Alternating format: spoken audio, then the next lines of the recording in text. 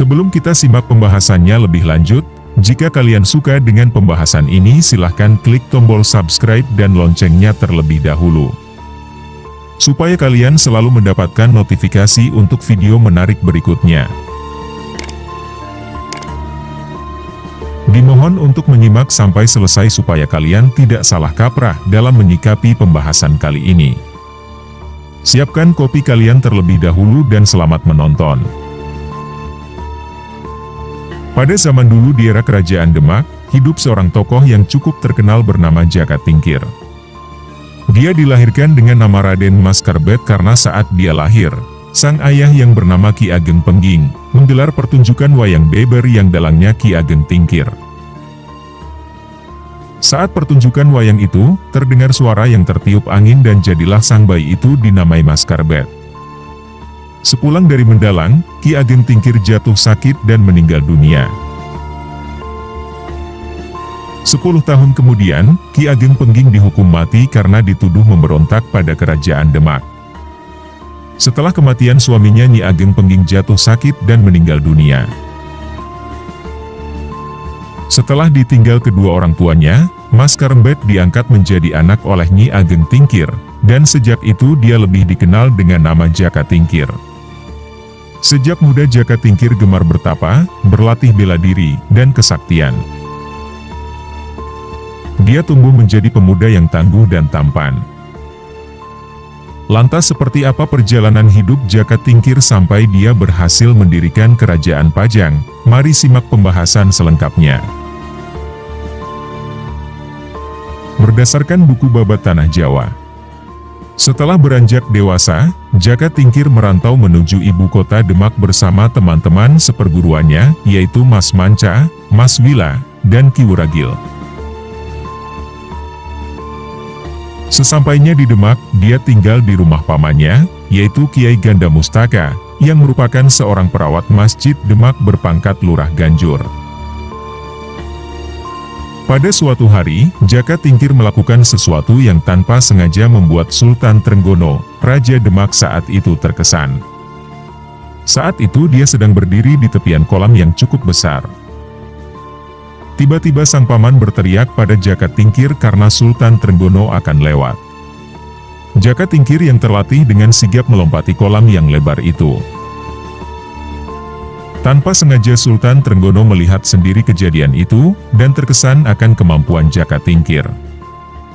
Dia kemudian diangkat menjadi prajurit Demak berpangkat Lurah Wiratamtama. Setelah Sultan Trenggono mangkat, pecah pemberontakan Arya Penangsang yang sebenarnya masih kerabat Kerajaan Demak, yang menjadi Adipati Jipang. Arya Penangsang yang tidak terima atas kematian ayahnya, kemudian membunuh Sunan Prawoto, sang pembunuh ayahnya yang juga merupakan putra mahkota Kerajaan Demak. Selain itu Arya Penangsang juga membunuh Pangeran Hadiri, suami Ratu Kalinyamat dari Jepara. Arya Penangsang juga mengirim utusan untuk membunuh Jaka Tingkir yang waktu itu menjabat sebagai Adipati Pajang. Namun misi pembunuhan itu gagal. Tidak lama berselang, Ratu Kalinyamat yaitu adik Sunan Prawoto, mendesak Jaka Tingkir untuk menumpas pemberontakan Arya Penangsang, karena dia yang setara dengan Adipati Jipang itu. Atas desakan ini, Jaka Tingkir mengadakan sayembara bahwa barang siapa yang mampu membunuh Arya Penangsang, akan mendapatkan Tanah Pati dan Mentaok atau Mataram sebagai hadiah. Sayembara itu diikuti oleh Ki Ageng Selo, Ki Ageng Pemanahan, dan Ki Panjawi. Dalam penumpasan ini, Ki Jurumartani kakak ipar Ki Ageng Pemanahan, berhasil menyusun siasat cerdik sehingga Sutawijaya, yaitu anak Ki Ageng Pemanahan berhasil membunuh Arya Penangsang. Setelah pemberontakan itu, pusat Kerajaan Demak dipindah ke Pajang dengan Jaka Tingkir sebagai rajanya. Sementara itu Demak dijadikan daerah kadipaten dengan anak Sunan Prawoto yang menjadi adipatinya. Dalam kepemimpinannya sebagai raja, Jaka Tingkir mengangkat rekan-rekan seperjuangannya dalam struktur pemerintahan. Mas Manca diangkat menjadi patih bergelar Patih Mancanegara.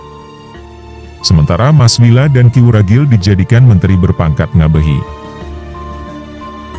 Sementara itu Jaka Tingkir yang saat itu bergelar Hadiwijaya, masih belum melaksanakan separuh janjinya dalam sayembara itu. Saat Ki Panjawi sudah mendapatkan hak tanah Pati sebagai hadiah sayembara, Ki Ageng Pemanahan belum mendapat tanah Mataram yang dijanjikan padanya.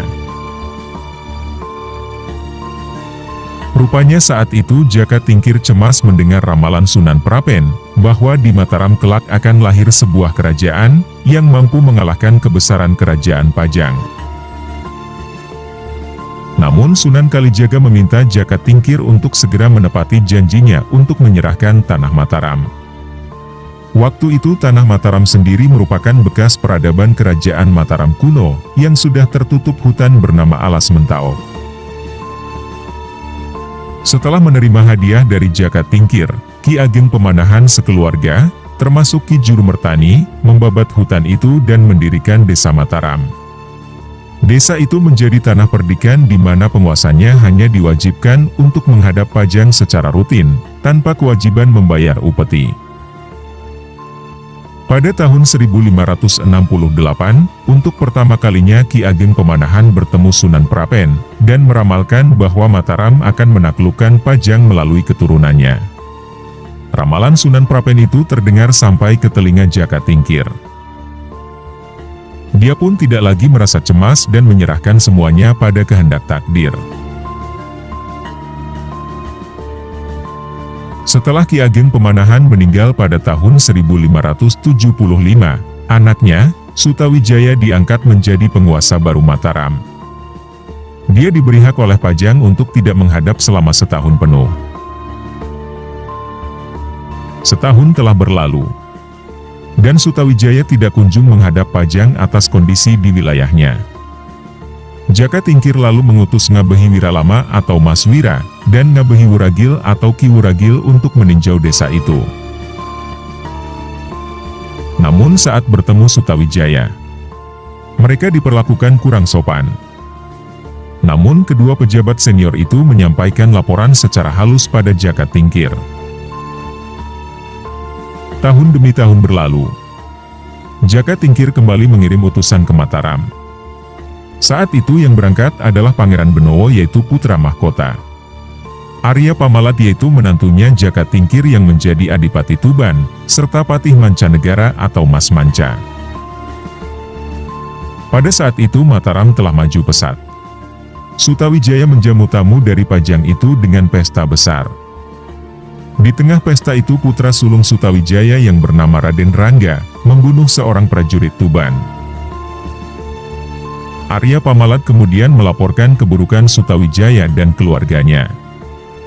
Seiring waktu, konflik antara Pajang dengan Mataram terus memanas. Kemudian perang antara Pajang dan Mataram tidak terhindarkan. Dan pasukan Pajang yang jumlahnya lebih banyak harus menderita kekalahan. Jaka Tingkir semakin tergoncang saat mendengar Gunung Merapi tiba-tiba meletus dan laharnya ikut menerjang pasukan Pajang. Dia pun meminta pasukannya untuk mundur dalam medan peperangan. Dalam perjalanan kembali ke Pajang, Jaka Tingkir singgah di makam Sunan Tembayat. Setelah melanjutkan perjalanan, dia jatuh dari gajah tunggangannya sehingga dia harus diusung dengan tandu hingga tiba di Pajang. Sesampainya di Pajang sakitnya bertambah parah. Saat itu pula dia berwasiat agar anak-anak dan menantunya jangan ada yang membenci Sutawijaya. Karena perang antara Pajang dan Mataram ia yakini sebagai takdir. Selain itu dia sudah menganggap Sutawijaya sebagai anaknya sendiri. Tidak lama berselang, tepatnya tahun 1582, Jaka Tingkir meninggal dunia. Jaka Tingkir kemudian dimakamkan di Desa Butuh yang merupakan kampung halaman ibunya. Begitulah pembahasan kali ini yang semoga dari kisah pembahasan kali ini, kalian bisa mengambil hal yang positif. Tetap selalu ikuti channel Jejak Prasejarah supaya kalian selalu mendapatkan kisah-kisah dan sejarah menarik di video berikutnya.